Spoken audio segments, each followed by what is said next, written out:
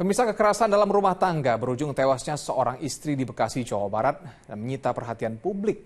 Sempat visum dan melapor ke polisi, namun korban rupanya enggan melanjutkan kasus lantaran kembali ke pelukan suami hingga akhirnya tewas dibunuh.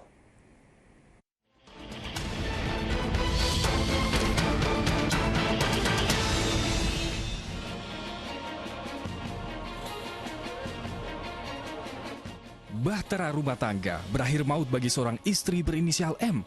Ia tewas mengenaskan di tangan suaminya di rumah kontrakan di Jalan Cikedokan, Desa Sukadanau, Cikarang Barat, Kabupaten Bekasi, Jawa Barat.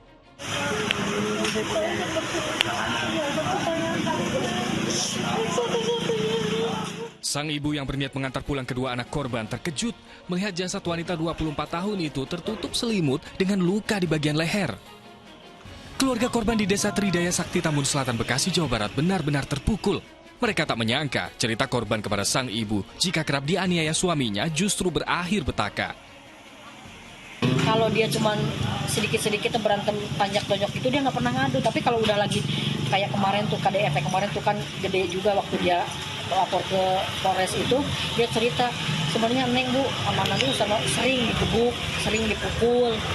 Semuanya nggak mau ngadu sama ibu, takut ibu sedih. Maju, biar untuk tersangka. Sementara itu tersangka pria 25 tahun yang bekerja sebagai tukang ojek daring ini berdalih menghabisi nyawa istri lantaran faktor ekonomi. Dan sebelum melakukan perbuatan tersebut, tersangka dan korban sempat cekcok mulut atau keributan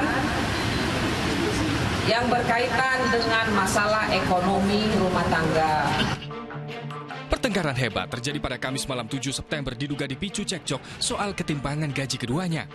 Dengan keji tersangka lantas menganiaya sang istri menggunakan sebilah pisau di saat kedua anak balita mereka tertidur di ruang depan. Ironisnya, pria itu sempat memandikan jasad korban lalu meletakkannya di atas kasur. Esokan harinya Jumat 8 September, seolah tak terjadi apa-apa, tersangka menitipkan kedua anaknya kepada ibu mertua. Hingga 9 September dini hari, jasad korban di dalam kontrakan ditemukan oleh ibunya. Tak lama, polisi datang ke lokasi bersama tersangka yang sudah menyerahkan diri. Keluarga korban meyakini pembunuhan terjadi bukan sekonyong-konyong faktor ekonomi, namun juga lantaran sakit hati kalau korban meminta cerai. Ya, sebelum nyawa korban melayang, dugaan KDRT terus berulang selama 3 tahun pernikahan, membuatnya sempat melapor kepada polisi pada 7 Agustus. Wanita yang bekerja di industri kecantikan itu juga kerap mengunggah di media sosial sejumlah kekerasan yang dilakukan suaminya, termasuk curahan hati korban saat bersiap berpisah dengan sang suami. Pemilik kontrakan juga sempat meminta Pak Sutri yang baru menghuni rumah selama 3 bulan untuk mencari tempat tinggal lain lantaran kerapnya tindakan kekerasan dalam rumah tangga. Kepolisian juga menepis laporan KDRT tersebut dihentikan. Sebab korban yang sudah menyerahkan hasil visum rupanya tidak memenuhi panggilan polisi karena kembali ke pelukan suami. Laporan itu masih berlanjut dan bisa memperberat hukuman tersangka. Hanya bisa menyesal atas ulah kejinya tersangka kini dijerat pasal berlapis dengan ancaman penjara 20 tahun hingga seumur hidup.